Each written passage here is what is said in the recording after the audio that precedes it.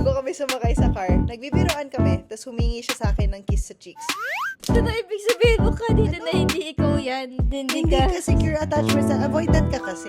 I asked my other friends, ano mafe-feel nila pag ganon? And sabi nila, ay bakit ko daw ba binibigyan ng meaning? Ha? Hi guys, it's Pat and Agnes and this is Pat and Agnes try to vlog. Today, we are doing another episode of Hi Patness, kung saan binabasa namin yung mga stories na sinisend ng mga sumusubaybay sa series na to. And today, we are focusing on yung mga kilig na stories. Nagpa-poll ako sabi ko yung kilig ba or yung sawi na stories, tapos nanalo yung kilig. Paano ba yan? Okay, let's start. Ginagawa ko ngayon, nilalagyan ko na ng title per entry. Okay. Sige, title nito ay Biruan. Hi Patness, I'm a fan since 2017. Hindi pa ako sure nung mga panahon na yon kung bading ako. Pero ngayon, confirmed na, part na ako ng bahaghari. I am 22 and bisexual. Last year, December 2024, I met my biggest plot twist. Bakit plot twist? We actually first met nung first year college kami nung 2022. Sa pagkakaalam ko, nakilala niya ako kasi napanood niya ako tumugtog sa Battle of the Bands. I'm actually a bassist. Then, same day ng Battle of the Bands na yon, nasa iisang sasakyan kami pa uwi kasi car lift, carpool kami. Pero, di ko pa siya napapansin kasi I have a girlfriend that time. Fast forward ulit sa December 2024. Break na kami nung ex ko for almost 6 months. And may pinopormahan na ako na bago. But, this bago is sobrang labo ng chance ko, but I was trying hard. May Battle of the Bands ulit kami sa university and naka-first runner-up kami ng band ko. Medyo nakakausap and nabibiro ko na tong plot twist na to. After nung event, bago kami sumakay sa car, nagbibiroan kami, tapos humingi siya sa akin ng kiss sa cheeks. Hesitant pa ako nung una kasi the last girl I kissed is yung ex ko pa. Pero I just kissed her sa cheeks na lang. Friendly. Biroan lang naman. And alam niya na may pinapormahan ako at may gusto sa kanya yung classmate ko. Friendly. The time na sobrang labo na nung girl na pinapormahan ko, napadalas yung usap namin nitong isa. Kasi sa kanya ako nagkukwento. Comfortable naman ako sa kanya hanggang sa one time, nag-notes siya na parang ayaw niya na mag-aral at mag-aasawa na lang siya. Sabi ko, ako na lang asawa niya. Ito yung notes up sa IG, diba? Yung notes, okay. Okay. Doon na nag-start yung biroan namin. Dahil lapitin din ako ng issue, binibiro ko siya, nagagawan ko siya ng issue. Nilagay ko yung pic niya sa likod ng phone ko, kung saan nakikita ng lahat. Sinasabayan ko na siya pumasok at hinahatid sa room nila. Hanggang sa naging seryoso na. No one really expected it, kasi nga may pinupormahan ako. Nag-ghost po ako, opo, akala ng marami sure na yon. And pinormahan din siya nung kaklase ko. Pero matagal na niya na rin pinatigil. Ang dami niyang Dami yung side kwento. So basta Ang dami hindi mga sila, side basta ang malinaw ay wala na yung pinapormahan niya na una. yeah. Okay, sige. Basically. I just found myself making efforts for her. Lumalalim na yung mga usapan namin, nalaman ko na lang din na yung paghingi niya sa akin ng kiss was her first move. Okay, may side comment ako, pero mamaya na. Sige, sabi mo na. Parang, girl, ito palang, alam mo na Alam mo na, may hint ka na nito But anyway, going back. Effective naman kasi, hindi ko nakalimutan, comflirt nga, Eka. Anong comflirt? Comfortable flirting? O Comfy flirting? or confirm, pag kino-confirm. Sige, basta. Comment down below kung alam mo Hey Siri, what's conflirt? Ilalabas na lang namin yung meaning ng comflirt here. Ching! Okay. Plot twist, never ko inakala na I would fall for this woman. Sa maikling panahon ng biroan at usapan, we just clicked. Hindi katulad ng ibang nakausap ko na parang laging pinipilit. Kahit anong tagal ng paghihintay, wala naman palang patutunguhan. I started courting her December 22. Seryoso to, December 25, sinabi niya na sa mama niya na may naniligaw sa kanya na babae and it was fine with her. I told her I love her. January 1, 2025. Bilis! Sabay namin sinalubong ang New Year kahit sa video call lang. Second semester, February, mas ginagalingan ko manligaw kasi sabi ko, I really want and love this woman. Siya na to, Wah! March, we know na we're sure with each other na, pero binigyan pa namin ng time. Tama yan. I'm not out to my parents and I can't, at alam ko ayaw nila. We're a born-again Christian family. from that church na against same-sex marriage dito sa Pinas. Ang dami naman yata yun. Parang hindi naman siya sobrang blind item kasi ang dami namang options. Anyway, I'm also a church server/worker, so hindi ko rin talaga alam kung saan ako lulugar. The only thing I know now is gusto kong panindigan to. March 30, I was having a drink with my kuya and his friends. Nakita niya yung picture sa likod ng phone ko and yung notification. He asked me kung jowa ko daw ba yun. Sabi ko, oo, kahit hindi pa official. Ilang kotong at kutos na tanggap ko sa kuya ko, pero sinabi niya rin naman na tanggap niya ako. Aww. April 1, I asked her to be my girlfriend and she said yes. 4 months din yun.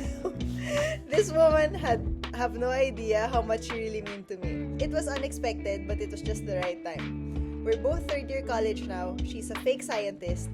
What's a fake Medical scientist? technologist. Marami nga siyang side note. Medical technologist. And I'm a nurse /button pusher /technician. Radiologic technologist. ng hospital. Next sem will be interns na. Busy sked, but I'm hoping that we'll get it through. Parents, thank you for making this kind of content. I love you both. Insert Right Time by Jonoy Danao featuring Clara Benin. Yeah, may soundtrack pa siya! May soundtrack Pag nilagay ba Pati. natin, mapa-flag ba tayo ni Oo YouTube? naman. Try natin 15 seconds. Wag! Hindi, like test time, 8 seconds, hindi nag-work eh. Grabe tong si Anonymous number 1. Parang feeling ko dapat alam na niya dun sa pakis sa cheeks eh. Parang dun pa lang alam mo nang may something to eh. That's how I found out that's how na-feel ko na parang baka may something ka sa akin. Yan tayo eh, sa mga pa-joke-joke lang. Tapos eventually naging seryoso. Thank you na story nila. Kala ko pa nung una sobrang bilis. Kasi yung unang sinabi niya dito, December, yung pinakaunang date niya. December December lang. 2024. Hindi naman sinabi kung anong date. Kasi nung nag-move on na siya, December 22 ng same year. So, malamang mga ilang days lang yun. Siguro mga 2 weeks. Para overall, masaya naman yung kwento niya. Like, the only sad thing about this one is yung hindi pa siya out sa parents niya. So, okay lang. Normal naman Okay lang na yun. pagdaanan ngayon as a queer kid. Oo. Pero sobrang nakaka-touch yung kay kuya na supportive siya kahit na nakutos-kutosan siya ng kuya niya. Ang cute na mayroong someone in her family na on her side. Tama. Mahalaga yung yung meron kang kakampi sa immediate family mo. Or if not immediate family, someone in your family. Kasi at least, kapag kunwari magkukwento ka, they know where you're coming from. They know kung ano yung context kung bakit ayaw mo bang mag-out. Kasi nanggaling din ako dun yung parang, hindi naman ako like tipong nagsiserve sa church. So kasi nagsiserve siya, diba? I was really, really active before sa group ko. So I was part of a group called Focalare. Tapos, lagi akong ma-attend na ng mga events and medyo like youth leader in a way. And lagi din ako tumutugtog. Tapos yun yung sa mga kinakatakutan ko nun. Nung na-realize ko na sa sarili ko na tinatanggap ko slowly na I'm queer, na itong mga tao bang mahal ko from this group, tatanggapin din ba nila ako? As in, yung pinaka like one of the greatest fears sa head ko. Kasi ayoko silang mawala sa buhay ko. So parang dun ako na I can relate to that. But yeah, maaga pa naman. Ako nga, nakapag-out ako after college pa eh. Hindi mo naman kailangan madaliin yon. Pero ang mahalaga talaga dito sa story niya is mutual ang feelings nila sa isa't isa. And magjowa na sila. Tsaka ang nice kaya. Ang nice. They're both studying parang medtech to, no? Parang both medical technologist and radiologic technologist. Medtech is medtech. medical technology. Yeah, pero ano yung radtech? Baka kasi Kaya radtech. kasasabi mo lang, Okay, anyway. Doon sa part na sabi nila, busy schedule but I'm hoping we'll get through it. Of course you will. Kasi medyo malakas yung kutob ko na parehas niyong gets, na parehas kayong magiging busy. So, may extend niyo yung patience and understanding sa isa't isa. So, kaya niyo yan, guys. Happy for you. Sana tumagal pa ang inyong relasyon. Stay strong. Masabi ko lang din dito ang galing ng mga basis talaga. Sige, next story na tayo. Good luck sa inyong dalawa. Sana magkita tayo soon. Tapos turuan nyo kami kung paano Paano base.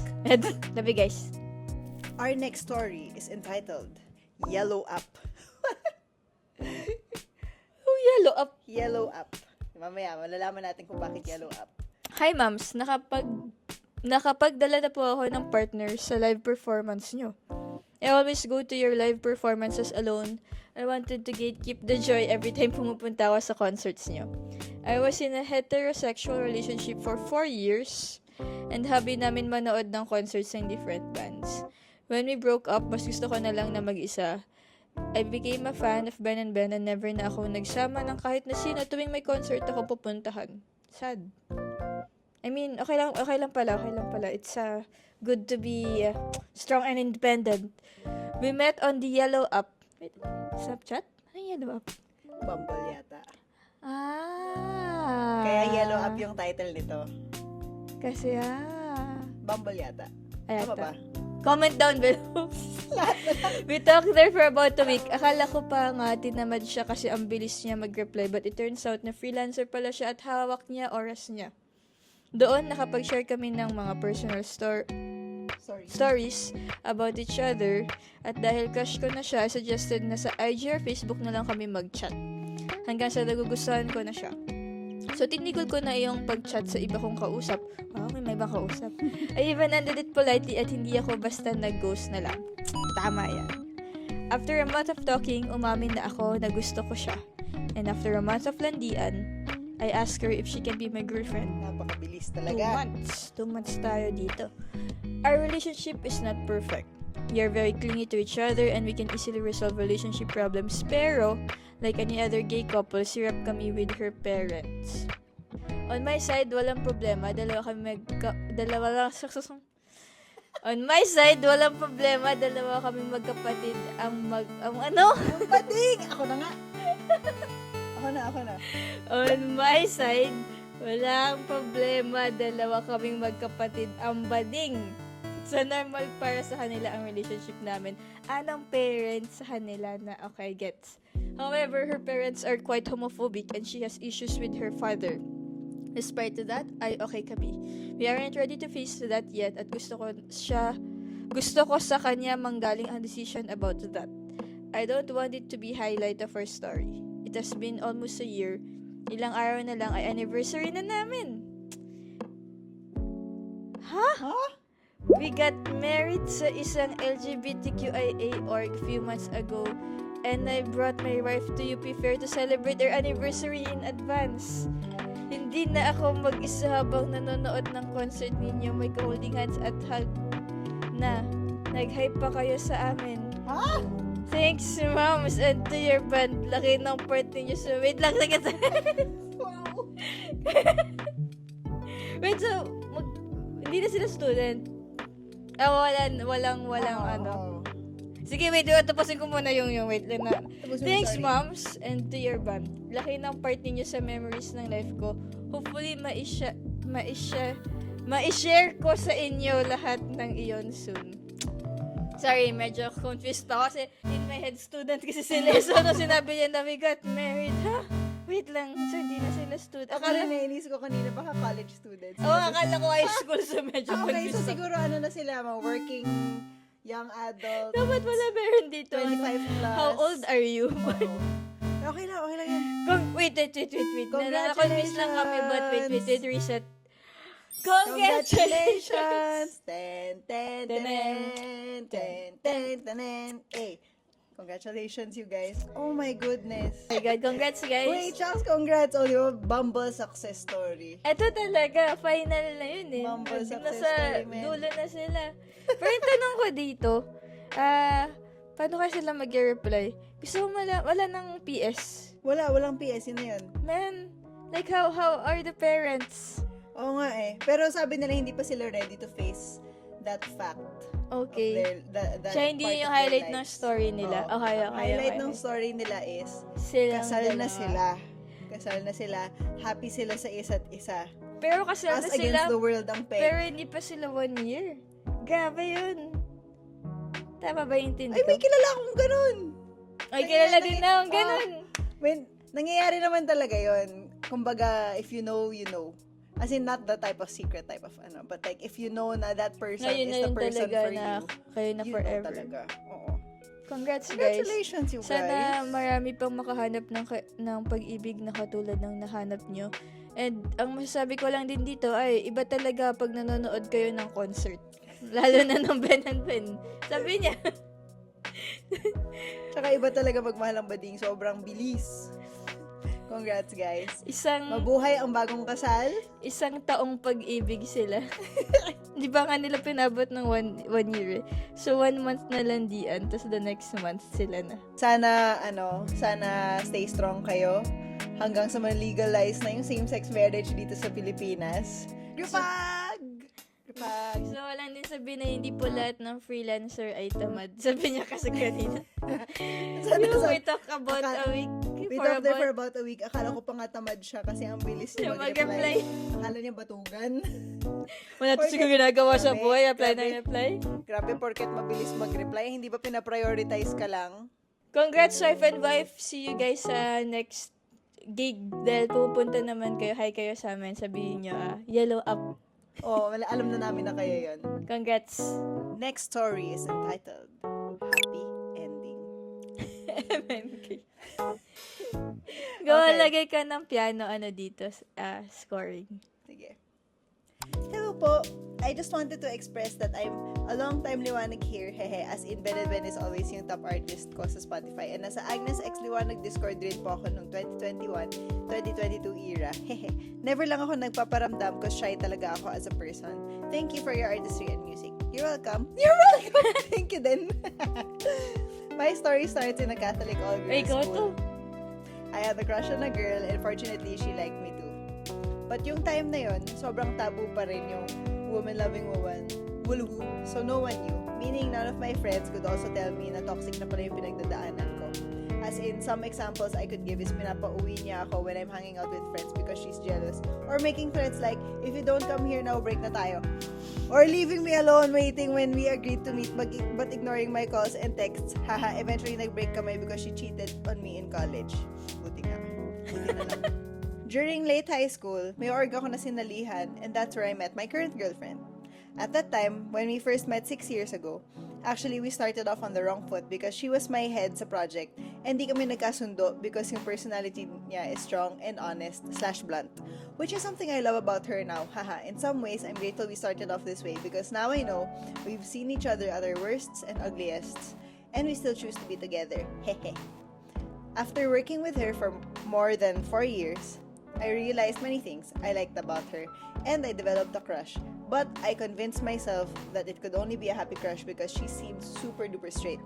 And she comes from a super conservative and Catholic family. Felt this to my core. Ano siya enemies to friends to lovers trope.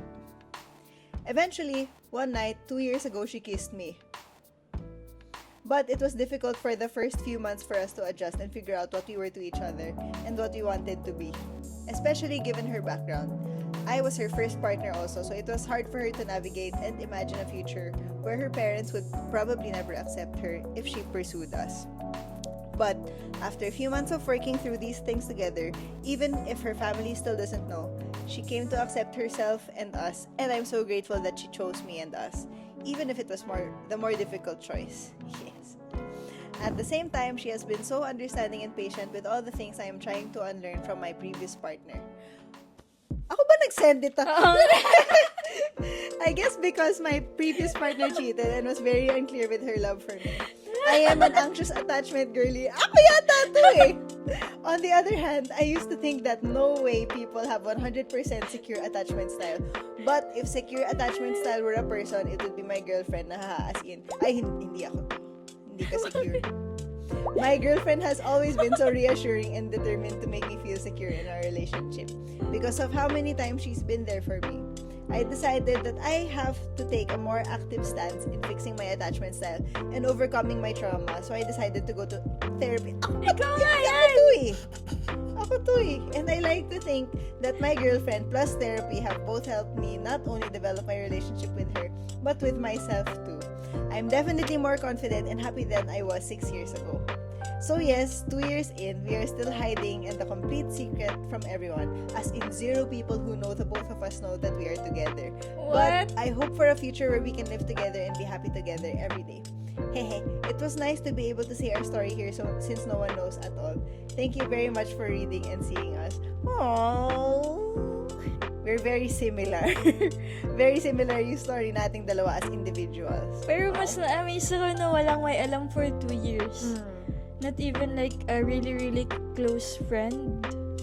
Or like, Pwede yun. maybe you guys think lang na walang may alam. Oo, tapos Pwedeng nakukutaban lang. nafe-feel na ng mga ibang tao. Yeah. Mm. Like yung, like sometimes there are people in our lives na who claim na hindi sila bading pero parang meron kang hunch na parang, oh.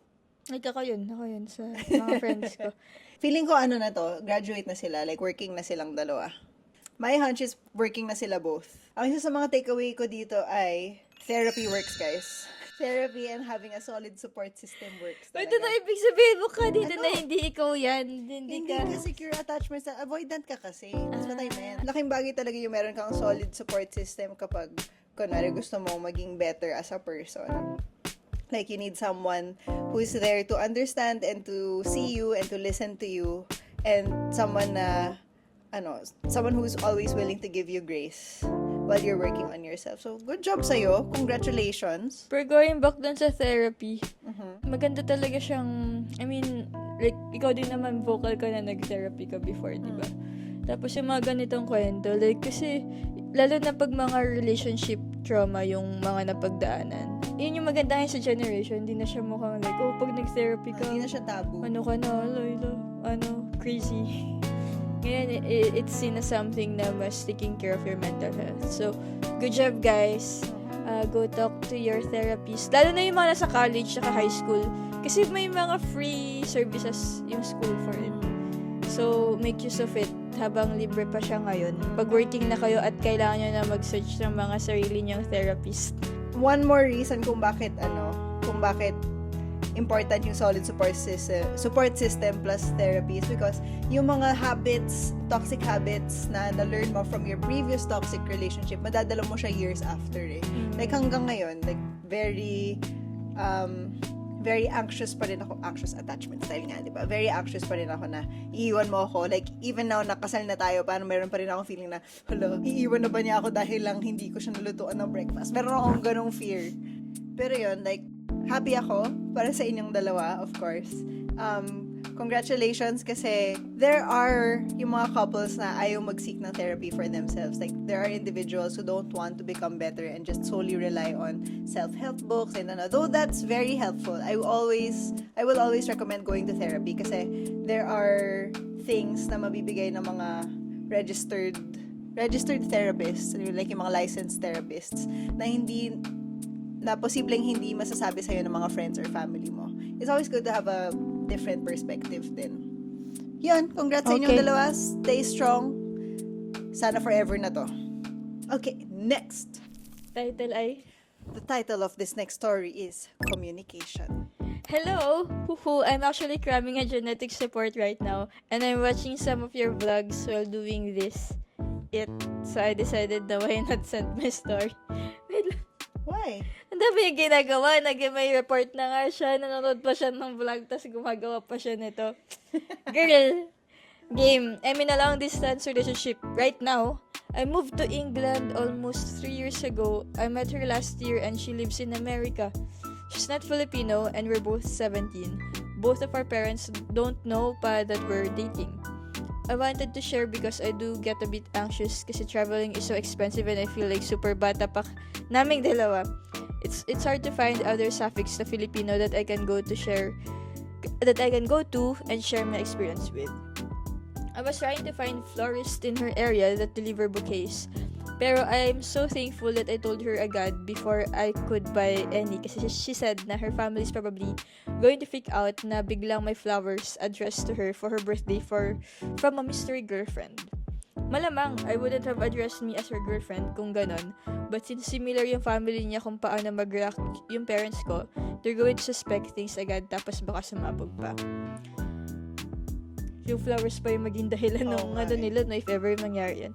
I could really use some tips on how I can communicate if ever that I feel more anxious than usual about what might happen to us. So, 3 months pa lang sila. 4 na this April. Happy monthsary. Pero May na ngayon. Mm. 5 months na sila. It's so corny kasi I know that there are so many people out there. Someone closer in location, but it's never the same because it isn't her. I do hope that somewhere in the future, I'd know what it's like to have her physically with me. For now, I'd only have the chance to look at her and talk to her through a screen, and that's okay. Siguro medyo impatient ako sometimes, but at the end of the day, I know that I have her and she has me. Nax. Let's go, Grabe Team yung ano to. LDR. So, i-guess ko, siguro nagkita sila sa Discord. Siguro. Or Bumble Premium. Bitin kasi yung story, di nyo sinabi kung paano kayo nag-meet eh. Okay lang, i-assume na lang natin na Sige. dating app or Discord. Basta they met siguro through online. Tapos 3 years ago pa sila nag-meet, pero lately lang sila naging sila. So, kasi 3 years ago pa sila, pero 3 months pa lang. So, they were like friends or lagi na siguro sila nag-usap for the past years. Sa Stig, ang hirap lang nung situation na sobrang layo. Sobrang layo tapos parehas pa silang hindi out sa parents. Yeah. The queer experience is universal. Kasi taga-America na nga supposedly a very progressive country in general. Pero Kahit taga-England pa yung yeah. isa. Pero I guess you're still young. A lot of things can happen. And just enjoy. Di ko na mababalik yung days na everything is like, alam mo yung sobrang magical nung lahat. Especially when you're experiencing everything for the first time. Yeah, tsaka 17 pa lang sila eh. Tama si Agnes na you guys have all the time in the world. As in, hindi nyo kailangan madaliin yung relationship ninyo. Hindi nyo kailangan magpadala ng flowers agad-agad. Hindi nyo kailangan mag-out hanggat hindi pa kayo ready. Kasi sabi siya kanina about traveling, tapos natatawa ko nung binabasa ko sa ibang traveling kasi to from England to America. Oh, That's hindi siya at least Manila, like, hindi siya Manila to QC or Yeah, Manila may- to Cavite. may mga nagkakwento na, taga Cavite po siya, tapos ako po taga QC pa. Oh, Hindi malayo ba siya nga yun. LDR? Pero Tas malayo, parang ito talaga. England, America, okay. So, Mahirap to, may time difference pa to. Okay. stay strong guys. Actually, balitaan nyo, message kayo ulit pag mag 1 year na kayo, balitaan nyo kami and bigyan nyo kami ng tips. Baka gusto kasing marinig ng mga iba kung paano ma-survive yung LDR. Actually. So, I'm sure kayo, pagdadaanan nyo pa lang yan and we're wishing you good luck. We know a very close friend, si Tony.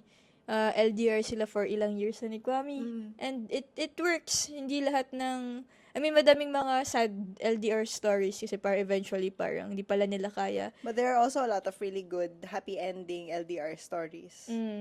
And, ayun, bata pa nga kayo, just enjoy things. And, yes, hopefully marinig namin yung mga next niyong story in a few months. Tapos eventually, kung kunwari, 3 years from now, nandun na kayo sa stage na magkasama na kayo physically, you look back to the time na, di ba dati hindi nga tayo nagkikita ever through the screen lang tayo nagkikita. Tapos magiging nostalgic kayo. Parang, oo nga, no, na-survive natin yon. So, good luck, guys. Just hold on to each other and wag kayo magmamadali. Enjoy what you have now. Thanks for sharing. Cute nito. Grabe si Maxine, tulog lang talaga this whole time. Hindi siya umalis. Gising. Andiyan lang siya. Maxine, pakita mo naman nagising ka. Yung baka isipin Move your head, nila sabihin wala nila, ka na. ay, batugan. gising Ay, pa freelancer. Bad. Huy, don't take this out of Ay, context. freelancer din tayo. Oo nga. Okay, anyway. Sabi kasi na unang story kasi. Ano Sige. yan, ikaw na, okay. Okay, sige. Actually, maiksi lang tong last. Sabayan tayo, It's sabayang short pagbigkas. and sweet. So, yung title nitong next and final story natin for tonight is Straight, with a question mark, straight. Hi parents, just wanted to share my story. Straight girl po talaga ako eh. Pero lately, parang nababaliko na. Kasi there's this girl na kasama ko sa isang fandom na medyo matagal na kaming member and lately lang naging close. Nakikita ko naman siya sa timeline ko and may interaction naman kami. Pero nothing deeper than that. So going back, I messaged her because of something, then humaba na yung usapan namin dahil doon. Tapos the next day, I posted the picture of me sa aking IG, then she messaged na she's been waiting for me to post something. I felt giddy kasi bakit mo aantayin na mag-post ako? I asked my other friends ano mafe-feel nila pag ganon and sabi nila, ay bakit ko daw ba binibigyan ng meaning? Pwede naman daw na friendly gesture lang yon. So I pushed it aside na. Lang. Ha! Ayun po. Parang it's a different feeling for me na magkagusto sa isang girl when all my life I've always wanted to have a relationship with a boy. Please help this girly out mga ma. Thank you po. Alam Ito mo, na yun. Ito na yung discussion. Like, yung mga ganyang... Pero kasi, gets yung mga posting ngayon. Kasi merong question sa amin before si Direk Sam. Shoutout to you, Direk Sam Mansali. Pag may nag-like daw ba ng story mo, is it flirting or friendly? flirting or not flirting. Nag-comment siya after niya mag-post. Ay, yung sinasabi niya is, inantayin niya na mag-post siya. Oo, kasi post to hindi lang story. Oo. Kasi 'di ba nga ngayon, people like don't really post, mas story and like notes. So posting is something na there forever. So hinihintay niya na mag-post. So nag-post siya, nag-comment siya, nag-message siya. I was posted a picture of me sa aking Then IG. she Then she messaged. messaged na she's been waiting So for me to post diniem something. ka, hindi ka kinoment. So Oo, parang mas sinadya gusto niya niya na private yung usapan niya. Tsaka Feeling ko may something to, guys. Mas intentional yon kasi diniem ka niya. Mm-mm. Sobrang nag-read into it tayo. Dahil sabi mo, you felt giddy. Sabi mo kanina, parang nababaliko ka na. Di ba yun na yun yung... Tapos sabi pa niya, it's a different feeling for me na magkagusto sa isang girl. But all my life, I've always wanted to have a relationship with a boy. Sinabi ko din yan sa sarili ko. Kaya, I mean like, ako din, dati, like, ayoko talaga na maging wife. Ayoko talaga, like, hindi ko gets yung magluluto ako for a man or maglilinis ako for my house that I live in with a man, ganyan. Pero nung naging sure na ako sa mapapangasawa ko, parang, sige, lahat ng bagay gagawin ko, maglalaba ako, maglilinis ako, I'll do everything for you. Pero yon, So, I think you have a lot of thinking to do. I'm not in a place to say kung ano yung orientation mo. pero I think may But think something. about it. Oo. Think At about it. least, kasi kung walang something, dapat hindi ka naman magiging ganito. Like, you'd even like write the whole story para mabasa namin. Like, yun pa lang, I think, girl, Tsaka bakit I kami will- yung sinabihan mo, kami na bading. Of course, kami magro-root kami na bading ka. Pero, you should also ask your straight friends. Para lang, para lang din balanse ka. ang konti lang din kasi ng mga context niya. Oo eh. Pero, basing on everything that she said here, think about it. Kasi yung mga next actions mo would really reflect on who you are. So, ang pinaka mas kailangan mong tanungin bago mo pa isipin kung crush ba ako ng taong to ay ikaw ba muna willing ka bang tanggapin yung sarili mo if ever you are really part of the community. Feeling ko crush niya to eh. Yung nag-message sa kanya na nag-aantay na mag-post siya ng selfie. Pero hindi yung mahalagang katanungan Ay, sorry. dito. Ang mas mahalaga nga. Ikaw, I think you need to confirm mo na kung ano talaga ang iyong kinalalagyan. Yeah, but that takes time. So, Yeah. wag mo mamadaliin yung sarili mo. Just go with the flow kasi eventually the answer will just come to you. So, relax ka lang. Hindi mo kailangan madaliin yung confirmation sa sarili mo. It also feels nice when you know na someone kinda likes you. So, kaya gusto ko din mas unahin mo i-answer kung sino ka talaga. Kasi, unfair din yun if ever na parang dahil you feel like this person kinda likes you and medyo papaasahin mo in a way. Tapos yun pala in the end, may feel mo na, ay, hindi pala ba din I really like boys. So, parang biglang, baka lead mo din sa maging paasa. And we don't want that, diba? I'm sure you don't want that. So, might as well, before you start things, figure out things muna sa sarili mo. Ikaw ba? Ako, ang last na sasabihin ko is, i-enjoy mo lang yung time na to. And yun nga, as I said earlier, wag mo na lang madaliin yung search for yourself. Yung pag-discover mo sa sarili mo. Kasi may nag-message sa kanya tapos sinisip niya kung ano yung gagawin niya. hindi naman siya committed eh. So, Okay, she sige, doesn't sige. have to decide also. I mean, she can just enjoy this feeling for now. Tapos, if after like 2 or 3 months, nag-uusap sila, tapos natutuwa pa rin siya at na-discover niya na, she likes this girl, Di, great! Nice. Great. Pero yan. Congrats! Rooting for you, whichever your orientation is, whatever your orientation is, we are rooting for you na mahanap mo yung clarity sa sexual orientation mo. So, tama nga, pag may nag-like ng post mo, yun na yun. Hindi Crush ka. naman, ang okay So, hindi naman pa ng din. like ng post. Pero pag nag-message, Depende kung ano yung i-message. so sa part na to, yes, di ba? Ako, I think yes. Ako din, yes. If yun Kasi- yung kailangan mo marinig sa amin ngayon, masyadong deep yung sinabi namin. Pero yun, I think yes, type ka na itong nag-message. So, anong gagawin mo sa information na yan? Bahala ka. Bahala ka na, kaya mo na yan. And that concludes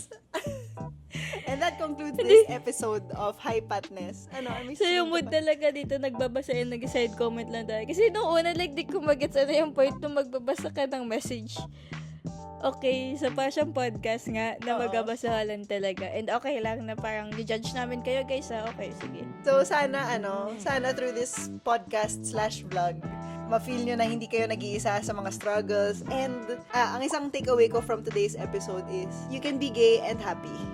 You can be gay and be in a relationship na masaya ka. There's so much queer media, especially like, nung nagsa-start pa lang yung rise of queer media in the Philippines na parang puro sad Struggle. ending, puro focusing on the struggle na nakakalimutan i-highlight yung happy moments. So, I hope that through this vlog, na-highlight talaga yung happy moments and yung all of the...